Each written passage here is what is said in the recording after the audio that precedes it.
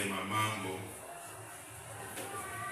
yanayoonyesha kuwa jina lako halimo kwenye kitabu cha uzima.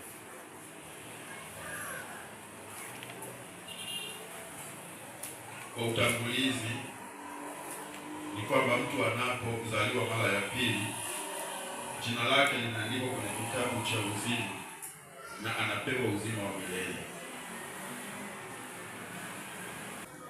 Kwa mambo ya mbinguni, mtu anayekuwa na safari anajua jina lako likiandikwa kwenye kitabu cha uzima, unapaswa ujue. Kama hujui, mafundisho hayajakufikia. Leo tuna fundisho la jinsi ya kujua kwamba mimi jina langu kwenye kitabu cha uzima halipo. Na hapo ndipo wengine tutasema nifanyeje liwepo, itakuwa ni vizuri zaidi. Bwana Yesu asifiwe sana. Amen. Angalia kitabu cha Isaya sura ya 2 mstari wa 19.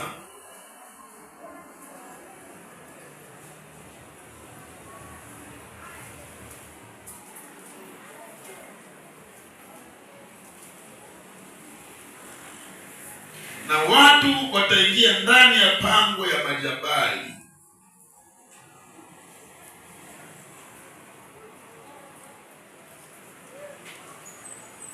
na ndani ya mashimo ya nchi, mbele ya utisho wa Bwana na utukufu wa enzi yake atakapoondoka. No, hapa nachanganya maandishi. Yeremia 2:19.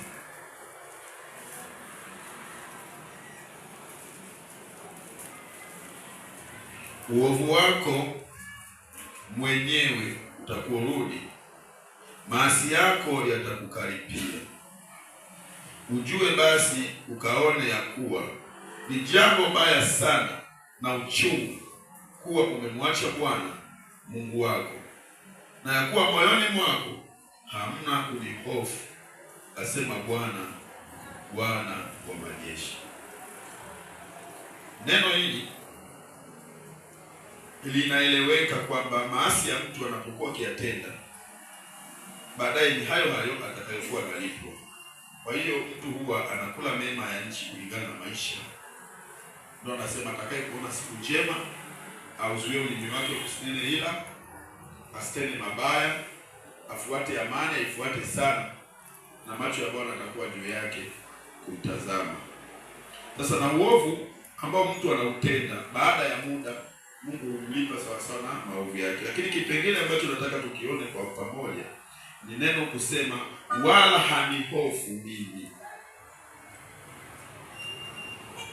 Mstari huo wa 19b, Mungu wako, na ya kuwa moyoni mwako hamna kunihofu, asema Bwana. Hii hofu ya Mungu ambayo tunaisikia watu wengi wanaisema ni jambo la muhimu sana kwenye maisha ya Kristo.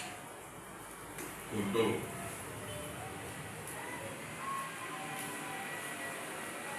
Bwana Yesu asifiwe sana. Amen.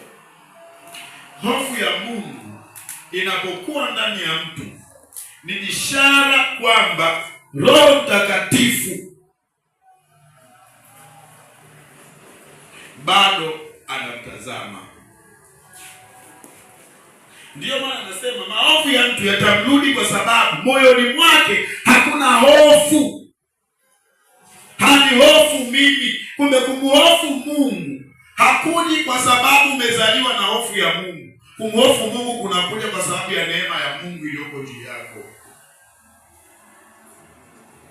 Biblia inasema kanisa litakaponyakuliwa, hofu ya Mungu ndani ya mioyo ya watu itaondoka. Watu watauana na kutakuwa na dhiki kubwa ambayo haijatokea dhiki kama hiyo tangu kuumbwa misingi ya ulimwengu. Hiyo ni ishara kwamba hofu ya Mungu imeondoka ndani ya watu. Lakini imeondoka kwa sababu gani? Kwa sababu roho ya hofu ya kumtenda Mungu dhambi, Hofu ya kumwogopa Mungu haijijengi kwa sababu umekula na kushiba. Inaletwa na Roho Mtakatifu kuliatamia kanisa. Na ndio maana kanisa likiondoka, hofu inaondoka ya kumwogopa Mungu. Bwana Yesu asifiwe sana.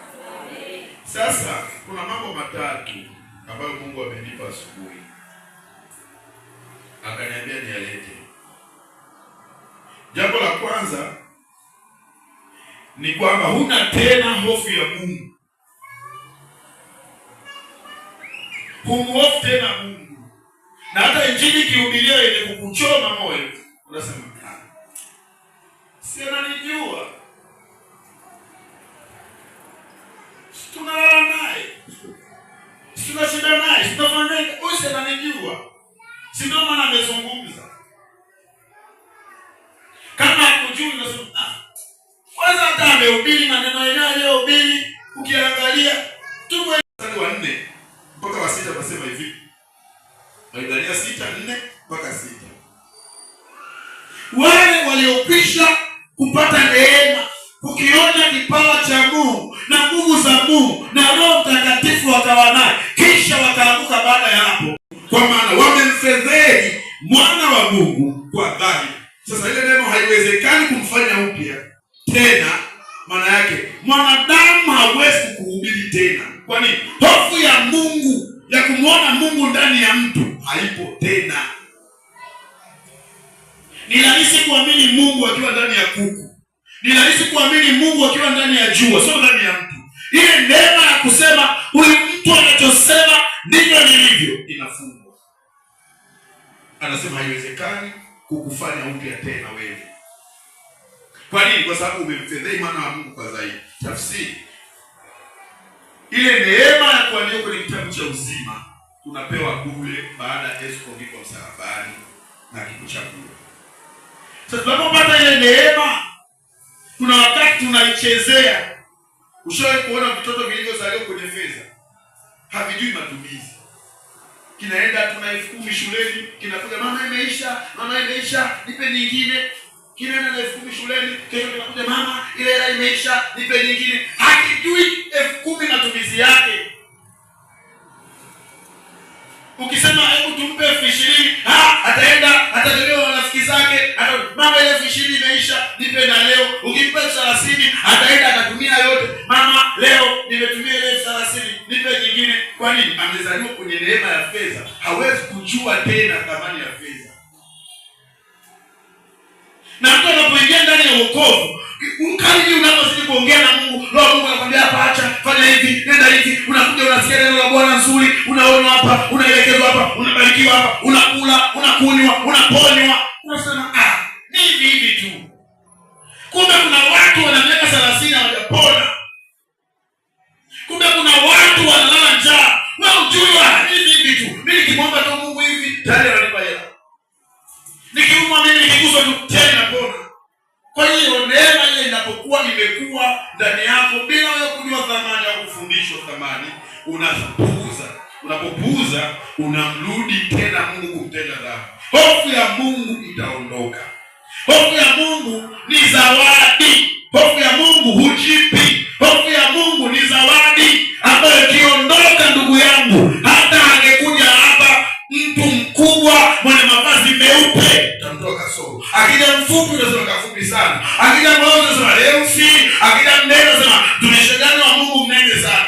Watumishi huyo haombi huyu. Akija mwembamba unasema kembamba hata akajabarikiwa. Katumishi gani kembamba? Mungu ana watumishi wenye afya. Hauwezi kupata neema ya kuona Mungu ndani ya mtu tena kwa sababu jina lako limefutwa. Kwa hiyo ni ishara ya kwanza. Ni vema kila itopo leo unapoona na hofu na kutembelea, shukuru. Kisha unafanya tena zambi, uzao Mungu shukuru sana. Asante Mungu kwa umeniona hapa. Asante Mungu kwa umenielekeza hapa. Mimi nani hata useme kwa ajili ya jambo hili? Niweza kupuuza kama nisingesikia. Anza kuilinda, kuitunza, kuipalilia hofu ya Mungu iliyoko ndani yako. Usipuuze, maana hiyo ni nzuri, inafanya ujulikane kwamba wewe ni chapa ya Kristo. Nimemsoma sana huyu mwana mpotevu. Sijui kama nyinyi mmemsoma. Mimi nikasema huyo akishakuwa mpotevu anabaki kuwa ni mwana tena. Lakini mimi nasema ni mwana mpotevu. Mimi ninajua mtu akipotea ni mwana. Lakini nikataka kujua kwa nini bado alishapotea bado anaitwa mwana. Ametapakanya mali kwa maisha ya uasherati bado anaitwa mwana. Kwa nini bado ni mwana? Nikafuatilia. Nikaona kuna kipengele pale chini. Sijui tukasome maana unajua kusoma kuna kuongeza ufahamu. Luka 15 mstari wa 11 hadi 24. Mimi nitakusomea mstari nafikiri wa 16 peke yake. Luka 11:15.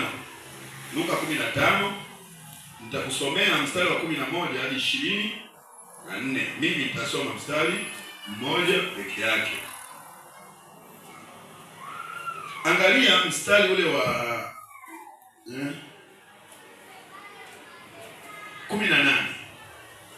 Nitaondoka nitakwenda kwa baba yangu na kumwambia, Baba, nimekosa juu ya mbingu na mbele yako.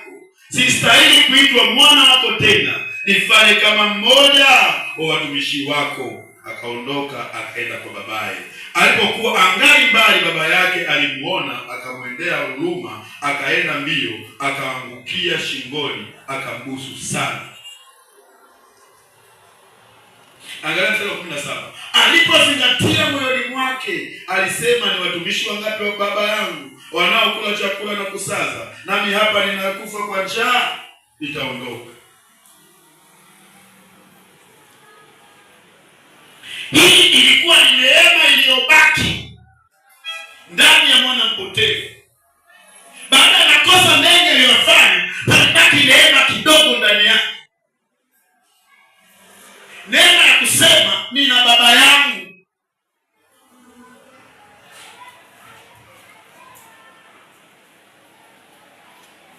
Bwana Yesu asifiwe sana.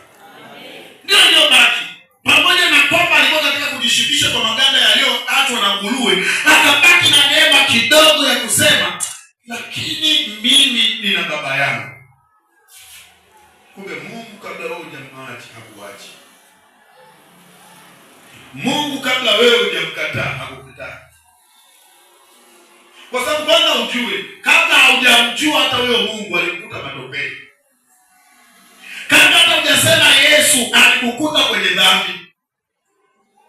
Sasa neema iliyobaki kidogo anapata kaofa usema, hapana, nina baba yangu. Mimi nitaenda, angalia sasa, nitaenda kuomba niwe mfanyakazi. Nitaenda kuomba nikae tu pale kama mfanyakazi. Ukiona ndani yako pana kaneema kamebaki, kanaposema pamoja na kwamba ina hali hii, nikajieleze kwa mchungaji, yamkini atanisaidia. Hebu nijiweke wazi, hili kosa linaloendelea kwangu, lakini nitapata neema. Ukasema naenda kanisani, hata kama niko hivi, naenda na wala sitajificha. Nikifika kwenda waambia ndugu zangu niombeni hapa. Bado wewe una neema. Bwana Yesu asifiwe sana. Neema ikiondoka huitwi mwana. Hauitwi tena mwana. Ule mwana aliyokuwa na usema mwana mpotevu, ile neema iliyobaki kusema nina baba yangu, ikiondoka unasema, kwanza Mungu ananitisha. Kwanza nikijia ile kanisa, kwanza watakavyoniangalia. Kwanza madhambi yangu yataonekana. Kwanza nitakuka mweleke na mapepo. Kwanza nani ataniona mimi? Kwanza kwa dhambi nilizofanya sistahili tena. Kwanza mimi bwana tu nikae hivi. Ujue wewe umekataliwa. Bwana Yesu asifiwe sana. Amen. Wewe umekataliwa ndugu yangu. Kwa jina lako limeshafutwa zamani. Kitakachotokea ndani yako hakuna tena kumhofu Bwana. Sasa hebu nizidi tu, hebu niue tu, hebu nifanye kama kuna mimi natoa tu. Wewe uogope tena, nishatoa ngapi? Wewe Mungu ndio kienda nisamehe, nishatoa mimba za kutosha. Hebu niendelee. Haupati tena kusema hata kama nimefika hapa siko mapenzi yangu, bali ni shetani ananidanganya. Narudi kwa baba yangu. Hiyo neema upate. Kwa ndugu yangu, jipinde sana, kwa sababu umekuwa ukija, hakuna jiwahi siku wala saa. Lakini ukija, mimi nitamwambia baba. Ukipata hiyo neema, nitamwambia baba, nilifundisha mpaka na kioo niliwapa kwamba jiangalie, una matongotongo utajiangalia hivi. Wewe kwamba uko vibaya utajiangalia. Hujatenda nawe niliwapa mpaka vioo utawaambia. Bwana Yesu asifiwe sana. Jitahidi kujua, je, unapokuwa katika hali ya kweli, kuna roho inakwambia wewe kwa nini uombe? Wewe kwa nini uombe? Wewe kwa nini? Wewe kwa nini? Wewe kwa nini? Kwa nini? Kwa nini? Halafu naona mimi ninamkalia siku sijaomba. Kwanza jana nimelala. Kajiona wewe ni kama shetani hivi. Ujue ile hali ndio kitu ameikosa wakaangamia. Ukiikosa ile hali unaangamia. Ile inaitwa hofu ya Mungu. Haiji tu. Ile ofisi nimeingia, wafanyakazi wote wamenihudumia vizuri, hawakuniomba rushwa, wana hofu ya Mungu. Hapana, hawana hofu ya Mungu. Hofu ya Mungu iliyoko juu yako imewaangukia. Wanakuhudumia kwa kukuhofu. Ukiondoka wewe wanabaki wanakula rushwa kama zamani. Unaweza kaingia mahali kama ukawa kama Yusufu, neema yako ikawafunika wale watu, ukashangaa matusi ya wakati tena. Mimi kuna mtu mmoja alikuja kunitembelea kwangu. Alikuwa drugs. Dawa za kulevya. Amekaa kwangu wiki mbili.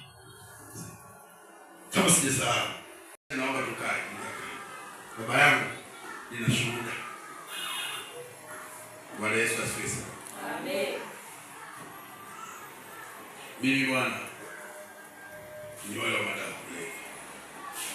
Tangu nimeingia hapa, sijavuta bangi, sijavuta sigara, sijanywa pombe, wala sijafanya chochote kinachohusiana na madawa kulevya. Najiona nimeokoka.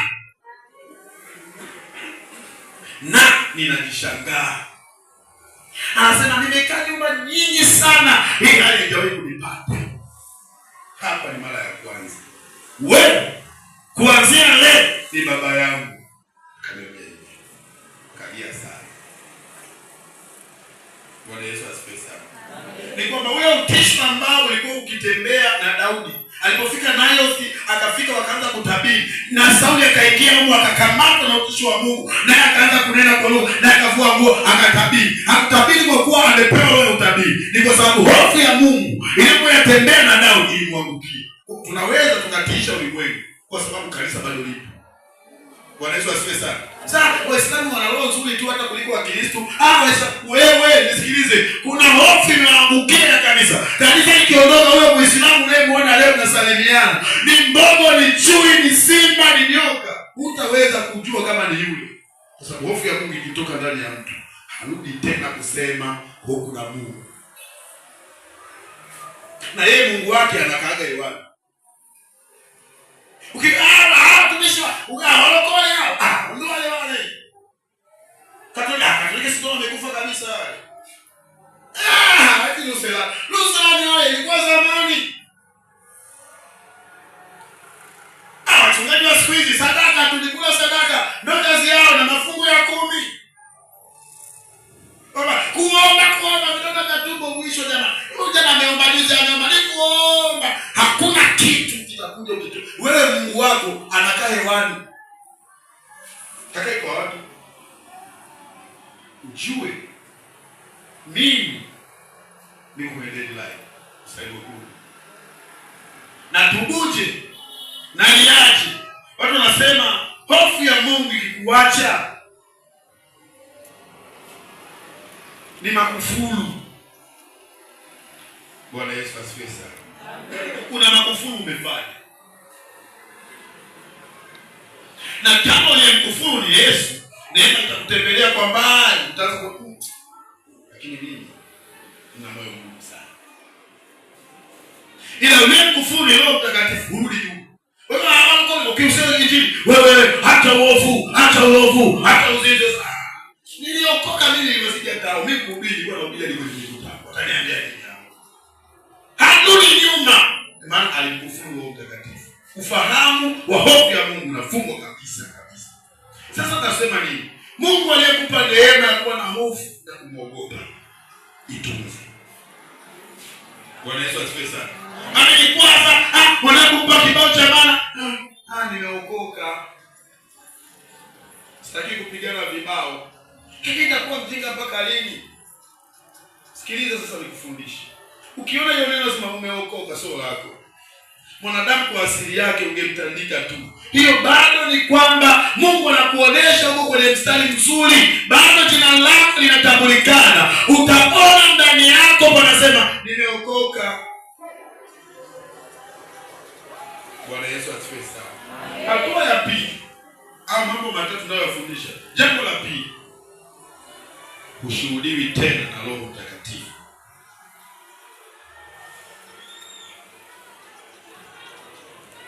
Ushuhudiwi tena.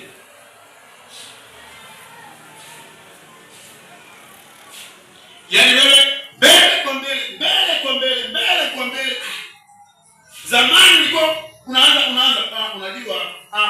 unajua kule kazini. Afu unasikia ndani huu ni uongo. Unaacha. Wewe binti, angalia miguu yako. Miguu yako ni meupe kabisa.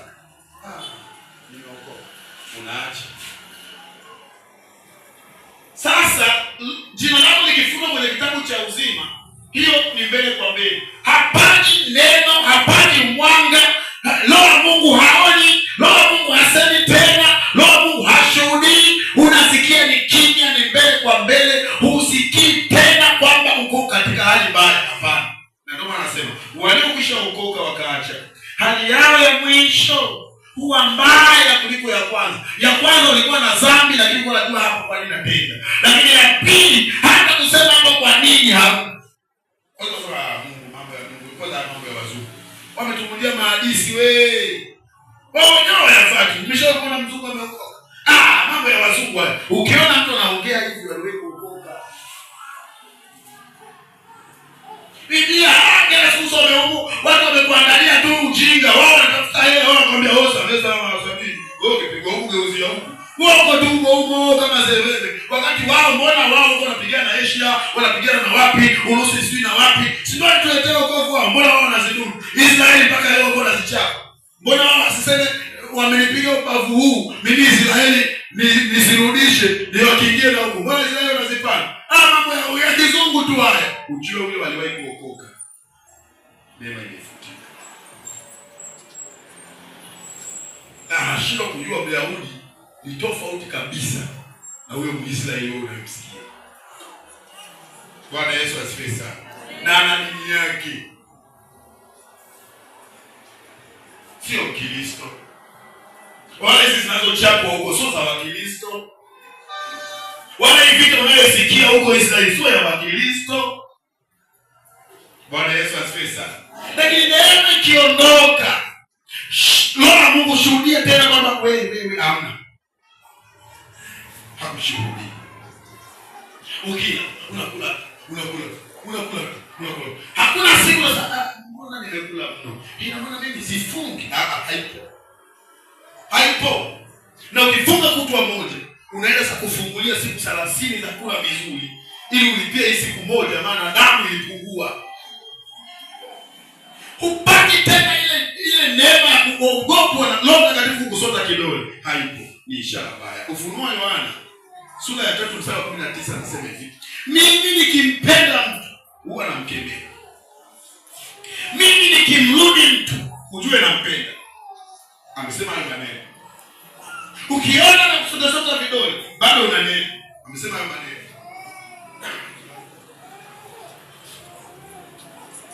Ukiona umefika mahali hata dhambi yako uliyoificha kwa siri hakuna anayetaja, umeisha.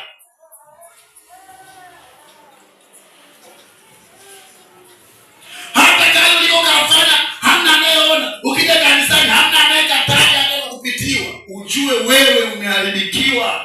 Jina lako limefutwa wewe. Usikii maonyo kabisa. Mungu yuko hivi, huwa Mungu anajifanya kiziwi, bubu, alafu kipofu. Mungu unafanya jambo analificha. Wakati ulipokuwa unalifanya, kamera ya Mungu ilikuwa humo inakuangalia. Alafu baadaye tena unaficha. Mungu naye anafanya hajaona kama alivyofanya. Adam uko wapi? Wakati walipokuwa wanadanganya yupo. Wanakula yupo. Haya nada wamejificha. Kumbe wamejificha sione. basi na mimi watafuta. Eti uko wapi? Bwana Yesu asifiwe sana. Amen. Ujue neema hii. Bwana Yesu asifiwe sana. Lakini ukiona hakuna, wewe unaficha na Mungu alifanya haoni. Unaficha mambo yako kanisani na kanisa linajifanya halioni. Unawaficha tu watumishi wa Mungu mambo yako na watumishi wa Mungu wanajifanya hawayaoni. Wewe neema ya Mungu imekukataa. Neema ya Mungu ikiwa kwako, ndugu yangu, jipange unavyojipanga. Utasikia katoto kadogo kameota ndoto. Nimeota ndoto mama fulani ameweka vijiti kwa huku. Hataki kuzaa. Una neema. Wewe ukijipanga kalipanga mpaka Mungu akanyamaza. Wewe ukija kanisani hakuna anayezungumzia tena vijiti. Wewe unadunda tu ili kanisa lijaliona Wewe sikiliza. Kama jinsi taa hizi zinavyowaka na tunaonana, ni zaidi sana Mungu anavyokuona. Anakuona mpaka ukiona amenyamaza. Wewe jina lako limefutika zamani. Una kazi ya kumwambia Mungu, kwa kuwa bado unapumua, nipe neema. Bwana Yesu asifiwe sana. Amen. Mtu anayependwa na Mungu, ambaye jina lake bado liko kwenye kitabu cha uzima. Yaani kwanza ile hofu ya Mungu akikiuka sasa ile akaanguka. Anasuka Mungu. Mwenezani ujue bado Mungu anakuangalia kama mwana, ila mwana mpokee. Mungu bado anakukubali kama mwana, lakini mwana mpokee. Mwana ukiondoka huoti ndoto mbaya. Tena unaweza ukazini na ukaenda ukalala, ukaota uko na mbili mkutano mkubwa, kila unamwekea usoni mkono anaona ameona ameanguka mapepo. Nasema sasa sinaona. Mungu anaona udhaifu wangu, Mungu aangalii dhambi tena. Neema. Jina lako limefutwa. Anasema mwana. Naomba mtu mmoja nisomee hapo. Mwana ninaye muone ujue mimi Mungu ninapomrudi nimempenda. Anasemaje?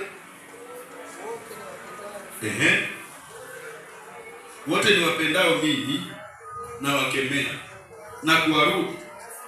Basi wewe na bidii ukatubu. Sikiliza. Neno ukatubu maana ushakosea. Na ndio maana nikwambia ni hatua ya pili. Hatua ya kwanza hofu ya kutenda, hofu ya kuyatenda, hofu ya kuyatenda, hofu ya kuyatenda. Unapata hofu, wewe unaenda mbio.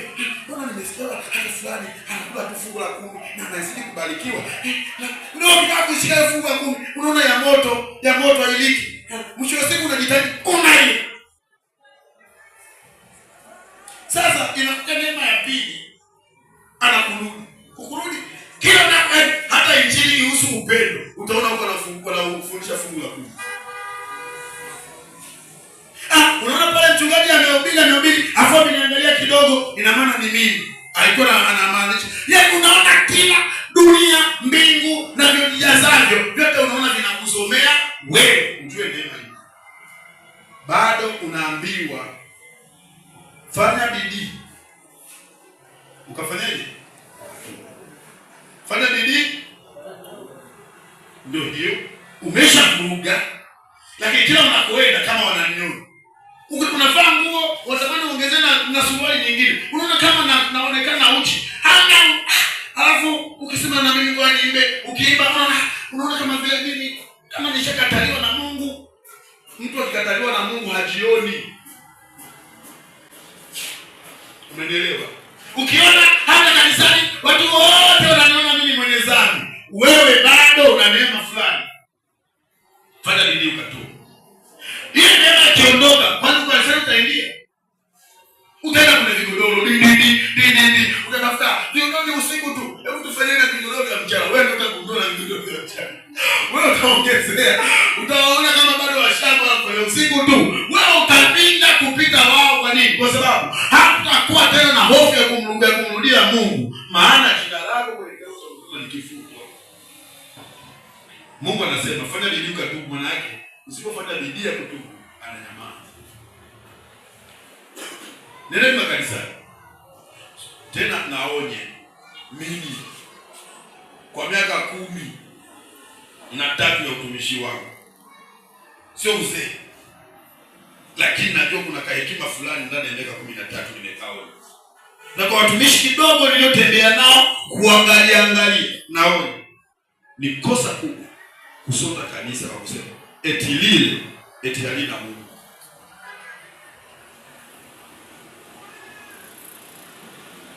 Bwana Yesu asifiwe sana. Ni kosa.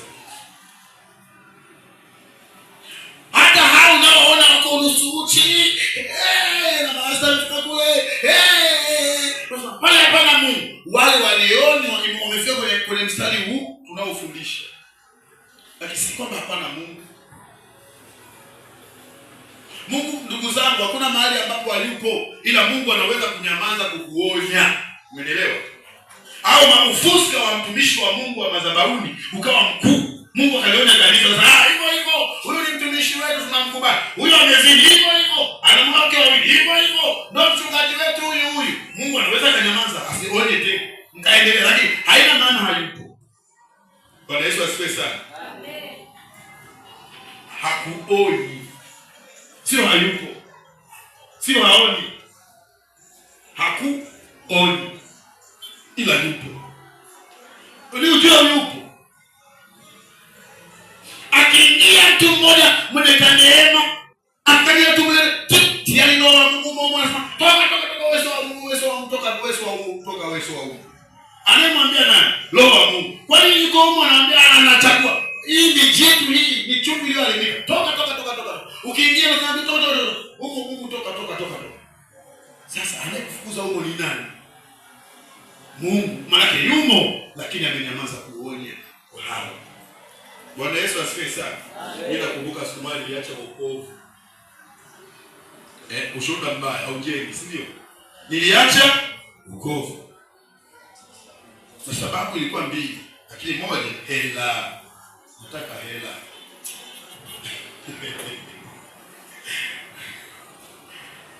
Nataka hela. Sasa siku mimi napata hela ndio siku ananiambia kikao. Watu vipi?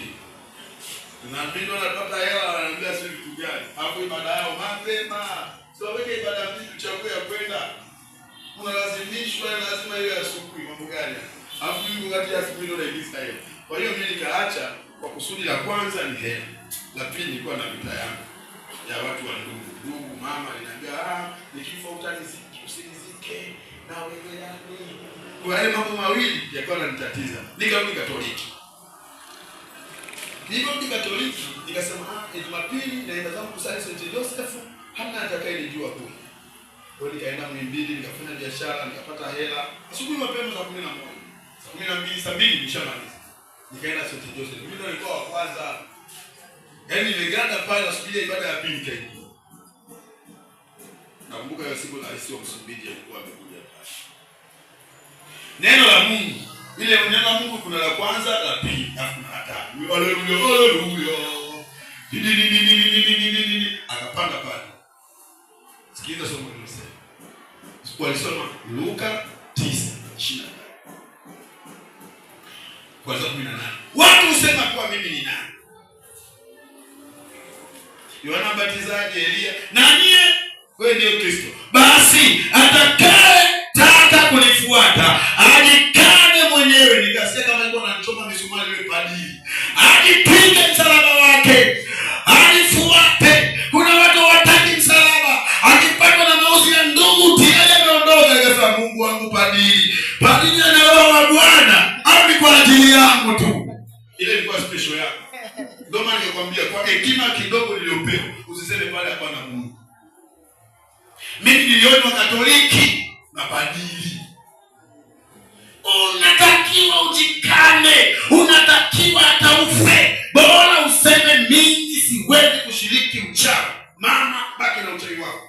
Kuliko unaenda tu, mama ameniambia talani. Nani amekwambia laana isiyo na sababu inampata mtu? Nikasema Roho wa Mungu umeingia ndani ya padiri. Nikahama. Katoliki siendi tena. Sasa nafanyaje? Siendi popote. Kumbe kwenye siendi popote napo pana Mungu wake. naweka nyimbo zangu mipale kwa Mwitege, inaimba Kristina Shusho, inaimba. Inafika wimbo ule wa Martha Mwaipaja.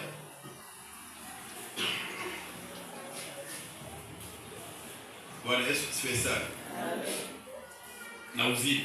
Maana nikifungulia nilikuwa nasema na uzima. Nahamisha. Nasikiliza. Baadaye tena nakuja wimbo unani tena mmoja maana anasema nini? Narusha. Hasa nyimbo za Martha Mwaipaja. Karibu zote zikianza tu naona kama niko nasema mimi narusha. Sasa Martha Mwaipaja ana Mungu. Ndio maana nakwambia kwa fahamu zangu usije ukasema pale hapana Mungu.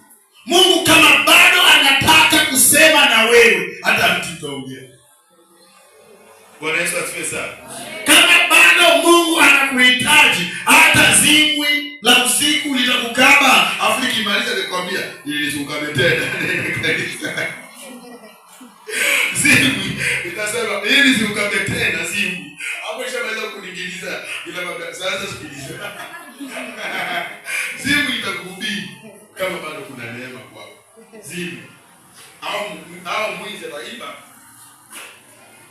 ataacha karatasi ataandika, nimeandika ili nisiibe tena, rudi kwa Mungu wako, atakondosha wangu. Kuna kikaratasi chini tukote, unaona mwizi ameandika mwizi, ili nisiibe tena, rudia Mungu wako, mwizi ataongea. Bwana Yesu asifiwe sana. Sasa narudi, watu ambao ni mabingwa kutokusikia Mungu tena naongea, ndio hawa ambao jina lao kitabu cha Mungu limefutwa, neema imeondoka. Wao ni mbele kwa mbele, na ukimwambia wokovu anajua, ukimtanisha madhabahuni anahubiri, anajua, unafahamu, anajua. Umewahi kujua sana? Hapo mchungaji angeweka na hili neno. Wakati wewe mwenyewe unakula mpaka Mungu akikupa chake unakula. Hapo angeongeza na hili neno, Elina angeipata pale. Hapo unaona amesema Mathayo. Alafu ile inafanana na Michael, angesema na kwenye ile ya Michael, ile yenyewe ni mzee fulani anipale angeelewa pale. Bwana Yesu asifiwe sana. Yaani maandiko yamebaki, lakini neema ilifutwa. Kwa hiyo unamkosoa Mungu na muongoza. Mungu pale unaona. Pale Mungu angepata wote hao wetu. Ukiona Mungu anaongea, hofu ya Mungu inasema, yaani hivyo ndivyo nilivyo. Upate ile ya kusema hapo amehubiri tu kidogo, hivyo ndio nilipofikia mimi. Wewe Mungu yuko anakuhudumia. Bwana Yesu asifiwe sana. Amen. Na jambo la tatu na la mwisho ndugu zangu, ni kumtegemea tena Mungu. Ukiona kumtegemea tena Mungu, ujue wewe ndugu yangu, jina lako kwenye kitabu cha uzima halimo. Nini maana ya kuto kumtegemea Mungu? Maana yake unayarudia uliyoyakataa. Unayarudia matapishi. Unarudi kwenye yale uliyokuwa ukiyafanya awali. Ulikuwa unaonya dhambi, leo wewe mwenyewe utaitenda. Ulikuwa unafundisha watu kuwahi ibada, wewe leo utachelewa. Umtegemee tena Mungu, utategemea wewe. Ulikuwa ukiumwa kichwa kidogo, leo ibada, naenda huko, kitaponea huko. Leo kikiuma tu kidogo,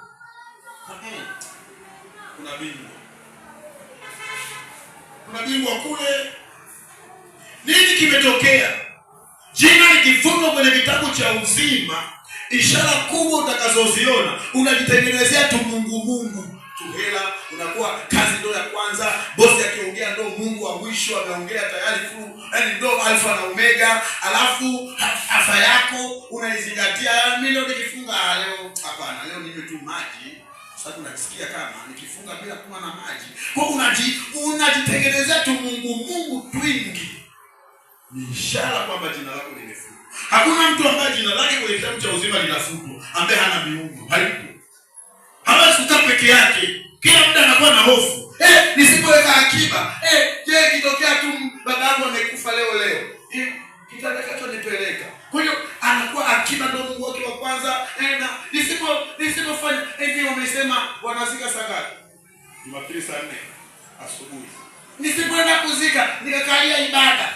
Sasa mimi nikipata matatizo katika mtaa, nani atanisaidie? Anatengenezea tu Mungu mwingine ni majirani wa mtaa, nikamungu kake kengine. Haya, na ndugu ameongea, je, nikionekana mimi ana ndugu nikamungu kengine. Ukiona mtu anatumungu Mungu, uchiwe tayari jina lake kwenye kitabu cha uzima limeshafutwa. Hebu nikusomea andiko hili nikusaidie. Petro wa pili sura ya 2 mstari wa 20 hadi 22. Hapo ni andiko langu naamini kama itampendeza Mungu itakuwa la mwisho. Petro wa pili sura ya 2. Angalia mstari wa 20 mpaka 22. Utaona maneno ya ajabu tu na mazito yanayofundisha.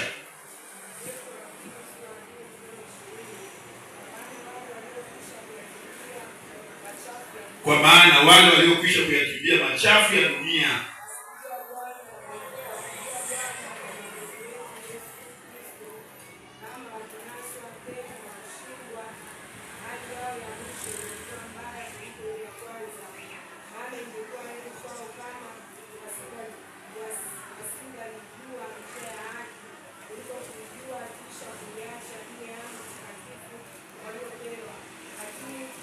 tusome wote mstari 22 kama unaweza, 1 2 3. Lakini imetukia kwao sawa sawa na ile mithali ya kweli. Mungu amerudia matatizo yake mwenyewe. Mungu aliyoshua ametuelezea mbele. Nisikize ndugu yangu. Kwa maana wale waliokwisha kuyakimbia machafu ya dunia kwa kumjua Bwana Mwokozi Yesu Kristo, kama wakinaswa tena na kushindwa, yao ya mwisho imekuwa mbaya kuliko ile ya kwanza. Maana ingekuwa heri kwao kama wasingalijua njia hii ya haki kuliko kuijua kisha kuiacha ile amri takatifu ya waliopewa. Ndipo wanakuja na hayo maneno kwamba lakini walimetokea kama misali. Mungu amerudia matapishi. Kurudia matapishi ni kurudia yale. Zamani ulikuwa na hofu, zamani ulikuwa unasema siwezi. Leo ndio ufundi unawafundisha na wengine. Fanya tu hivi. Zamani kwa utaki kabisa kusikia neno rushwa. Leo ndio unafundisha wengine. Wewe umefuatilia jambo gani? Toka tu 2000 pale. Unakuwa na fundi kabisa kwa sababu umerudia matapishi.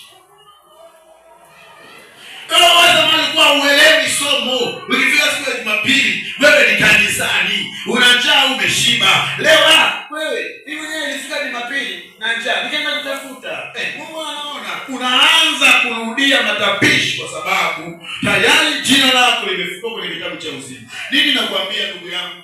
Mungu amenisimamisha kwa kama ndogo, hujaonja mungurumo wa siku. Bwana Yesu asifiwe sana.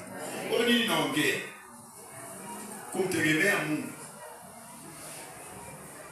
Kama paka anavyosema nimefungwa huko, bila shaka aliyenifunga ananitengenezea, anahamisha umata. Mimi nilikuwa nimeokoka mwaka 2013, 2014, 2015 nikatangaza mbio ya kuoa. Mchungaji akaniambia wewe bado. Nikasema unaona? Sio nataka nini? Unaona? Yeye mwenyewe ana mke. Alafu mimi ananiambia bado nini? Kama ndio na. Bado nini? Kumbe yeye anaona hekima ya kukaa na mke. Wapenda kukaa na mke ni hekima, sio utajiri. Sio hela, waanza kujenga nyumba nyingi. Mama tampeleka kwenye gorofa atatulia. Mke hata umpeleke kwenye gorofa namba 18 ataita vurugu. Umpandishe kwenye gari aliji ile neno nasikia lishakuwa nyuma yako. Haina Mungu atapiga kelele. Uko ndani ya gari huko atakususia. Unasikia mtakule mnazipanga ndani ya hiyo gari zuri. Ndio tu kama afungui mali. Anafungua mlango hebu kanirudie pale mali. Utasikia mke kwa asipani. Uko ndani ya gari zuri ambayo unapataka. Mke yuko anazipanga. Bwana Yesu asifiwe sana. Sasa mke anasema mbona sasa tunaonewa? Nisikilizeni, tulieni kidogo. Nifundishe kwanza. Bwana Yesu asifiwe sana. Yaani yeye aliangalia mchungaji akasema wewe Tito, si nishakuwa si ali shida sio kukua. Nikakaa nikatulia nikamheshimu. Nilipofika 2017 Nikamfuata. Baba, mimi kwa kweli, kwa kusema kweli, muda umenishanifikia. Akaniangalia, bado kidogo. Hapo ndo nilipokuwa kama kale kapaka. Nikachana nyavu. Huyo kuoa. Nikavamia mlokole anaitwa Justina. Anasali Pentecoste Motoka. Bwana Yesu asifiwe sana. Napo nikayaonja. Niliyotafuta. Bwana Yesu asifiwe sana. Kuna kitu nakufundisha hapo. Hakuna neema isiyo na mipaka. Kutegemea vitu kuna kuja baada ya neema ya kuandikwa kwenye kitabu cha uzima kufungwa. Ndio tunasema gusa vingine usiguse hii hela yangu. Gusa vingine usiguse hii, yaani hela yake ni kama Mungu kengine. Na uko hivyo. Gusa vingine. Sasa nipe hiyo simu yako. Dunia nzima itajua. Mchungaji ameniingia pale madhabahuni. Rehema imemuingia. Hapana, nisikilize nikwambie, ukishaona kitu umeking'ang'ania moyoni kikatae, ni Mungu. Sema hivi, hata kama vile alivyo, hata akiwa watoto wangu, hata akiwa mali zangu, mimi hapana, mimi nina mtetezi wangu yu hai, maana siku moja atasimama. Ujue bado unamtegemea Mungu wa kweli. Kwa hiyo ishara kwamba jina lako liko kwenye kitabu cha uzima, wewe hata waguse kitu gani utikisiki. Utatikisika ukikwambia kuna Roho Mtakatifu. Hapo unaogopa. Bwana Yesu asifiwe sana. Ile umegusa ndoa, unaona kama vile mtu anakupiga sehemu ambapo Mungu alikuwa anang'ata. Unasikia nini? Unasikia amenikuna. Bosi yule mchungaji ana upako. Unasikia kama mtu amekupiga sehemu yenye mmo. Unasikia kama amekukuna. Kwa nini? Mbona anaumiza wewe uumini? Una Mungu wako. Bwana Yesu asifiwe sana. Lakini ukiwekeza kwenye mfuko kama hiyo huduma ndio nakula huko. Hiyo huduma ndio nategemea na kujenga ni huko. Alafu mtu asema hana upako, utaona amekula lugha. Watu watanionaje? Utaanza kushambulia. Mimi nao. Kuna mtumishi wa Mungu mmoja nilikuwa naangalia mtandaoni. Sasa ukiona dalili hizi wewe sio nabii wa kweli. Yule nabii akaja. Mimi bado. Unaanza kukwambia ujitetee. Matendo yako yatakutetea. Ishara za Mungu ndani yako zitakutetea. Kwa ukiona mtu anang'ang'ania kukitetea kitu, ndio Mungu wake. Bwana Yesu asifiwe sana. Hata kama ni mtumishi wa kweli. Yule masoni yule kama bado ana Mungu, usikie akiongea. Ataendelea kuwasamehe. Bwana Yesu asifiwe sana. Naomba basi niishie hapo katika ishara hizi tatu. Na kama kuna kitu umeelewa, ni wewe unarudia matapishi. Ni wewe zamani unasema Mungu anatisha. Leo bwana. Hata wachungaji nao wamezidi ibada. Hata mkesha hivi utakuwa wa Mungu. Kicha gani masaa mawili? Bwana Yesu asifiwe sana. Amen. Sasa Mungu anasema yeye hazoeleki. Na maana yake ni kwamba ukiona hali ya kutokumzoea mtumishi inaendelea ndani yako, una Mungu. Ukiona ndani yako pameingia na hali unazoelea huduma, unazoelea utumishi, unazoelea sifa zikimba, unazoelea neno likihubiriwa, umelizoea,